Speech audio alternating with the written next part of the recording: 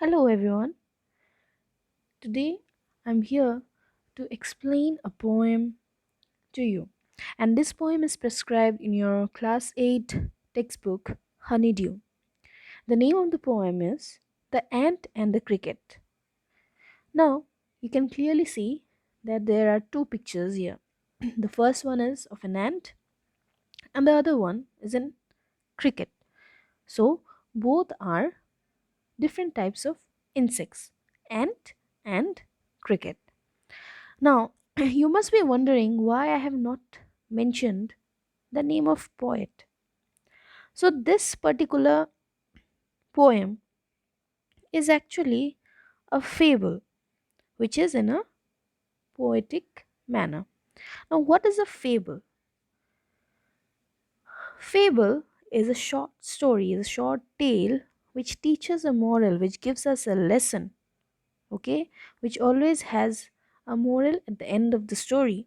And mostly fables have animals or other inanimate objects, other non-living objects as characters.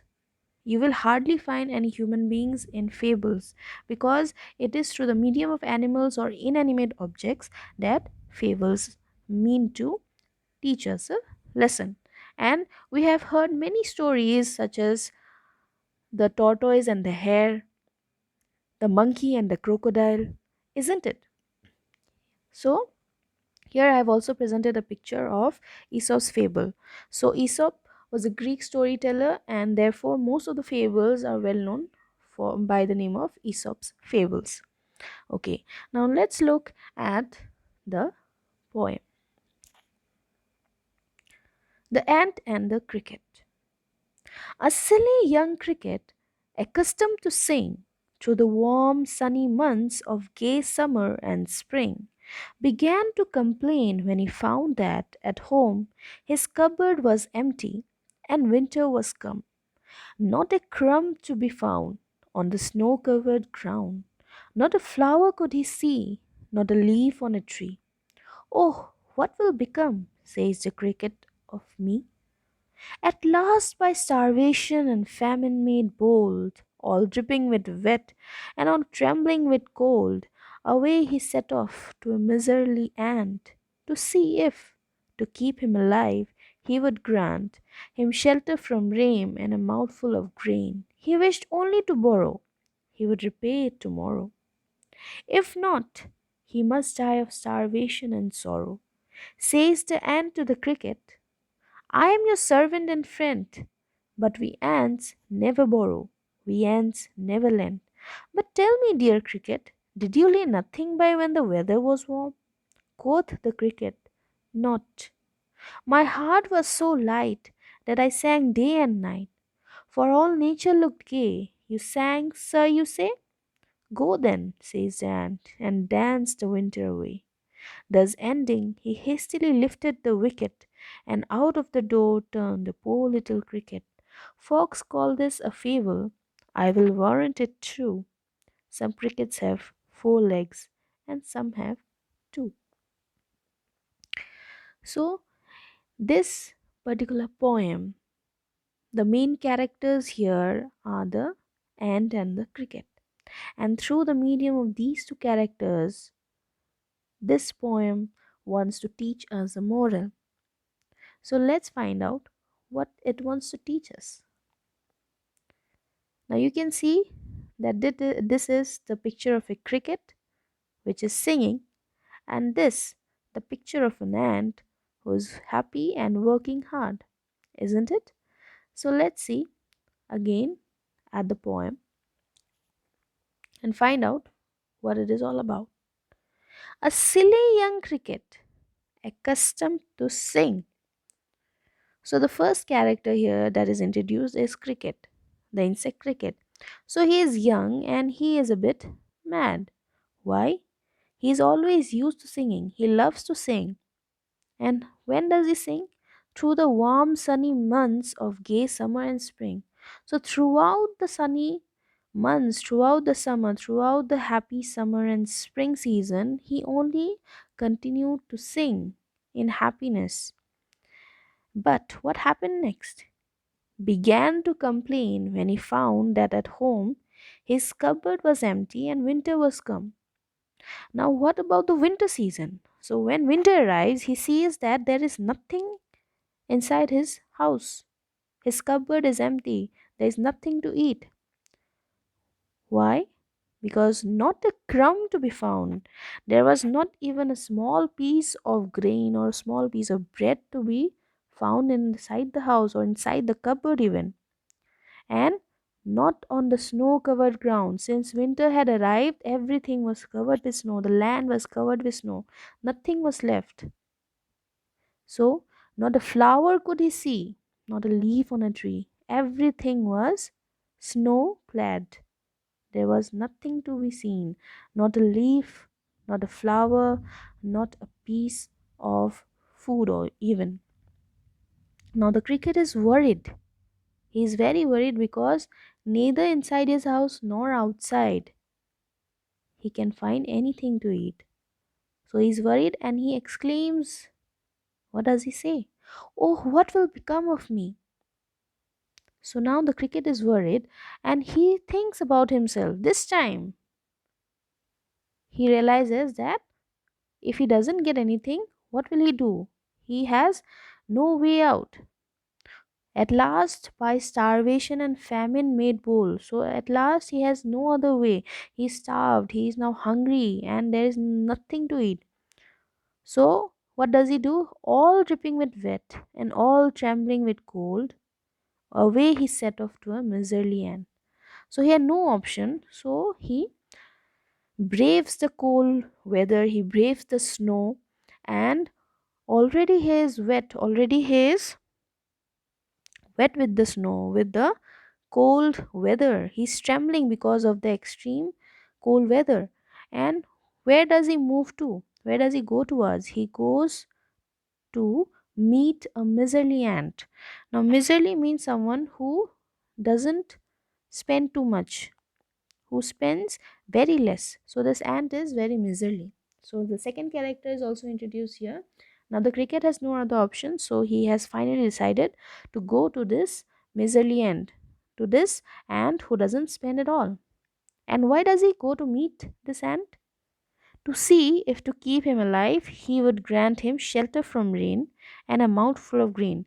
So he's hoping that if he meets the ant, maybe the ant will let him have some food, let him get some grain or something, or a place to live, or a place to hide himself from the rain. And what does he think? He wishes that he will only borrow.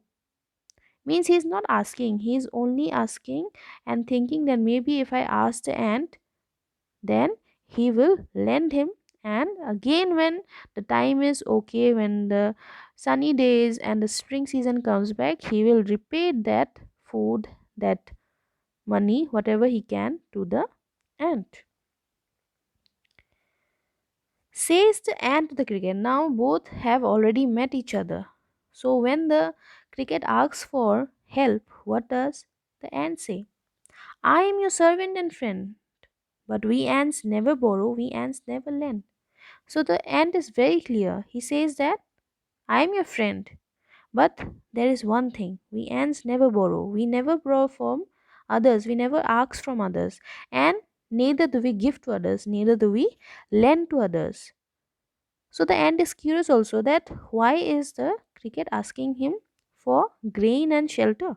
So he asks, "Tell me, dear cricket, did you lay nothing by when the weather was warm?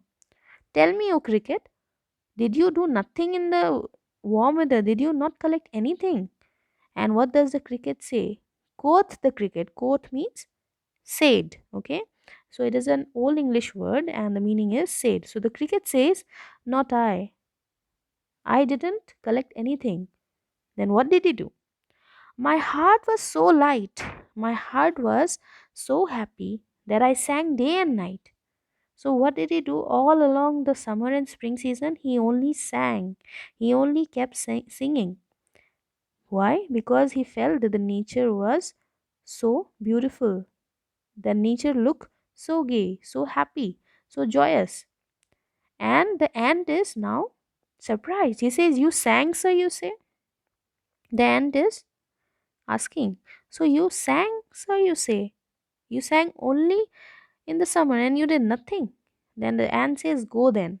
So the ant now has ordered the cricket that you must go away. And in the same way that you sang and danced throughout the summer and spring, you also dance the winter away. You can also manage the winter season. Since you have already wasted away your time in singing through the summer and spring, you can also sing and dance through the winter season as well.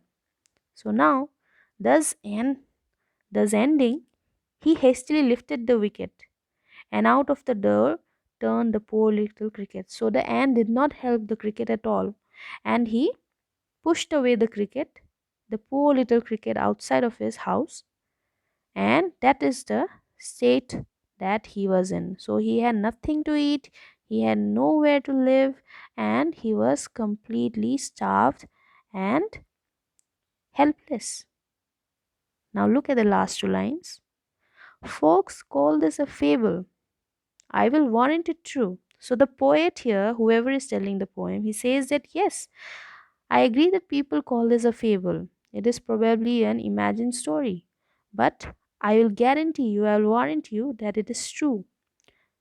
Some crickets have four legs. So cricket is an insect which have four legs, and the last four words, what is it written? And some have two. So why two? So here the lesson, the moral that the poem is giving is that people should not be lazy. People should do their work on time. They should not fritter away their time. They should not waste their time in idleness. They should do something productive. They should do something that can help them in future. And that's why this poem is a lesson to all the human beings as well. I hope you have understood the story. So, again, let's see. A cricket who sings all along the summer season, all along the spring season, while the ant works hard. He collects food, he collects grains so that when it is winter season, he doesn't have to jump from one place to another in search of food like the cricket, which did not do anything at all. I hope you have understood. Now, let's move on to the technical part. So, since we are discussing a poem, we are explaining a poem, therefore I want all of you to understand that whenever you are asked questions from a poem, questions might come that what figure of speech has been used, what literary devices are being used in the particular line or in the poem. So here in this poem there are two literary devices or figures of speech. Now what are figures of speech? So, in your Hindi language and literature, you always read about alankars, isn't it? So, like that, similar to it, in English also we have the alankars which are known as figures of speech and literary devices. Why are these figures of speech and literary devices used? They are used to make the sentences, to make the whole poem more expressive, to make it more beautiful, beautiful to the eyes and beautiful to the ears, isn't it? So, in this poem, there are two literary devices. The first one is personification. What is personification? Personification is that figure of speech where animals or non living things are given human characteristics like walking, singing, talking, isn't it? Mostly those qualities which human beings possess, human beings have.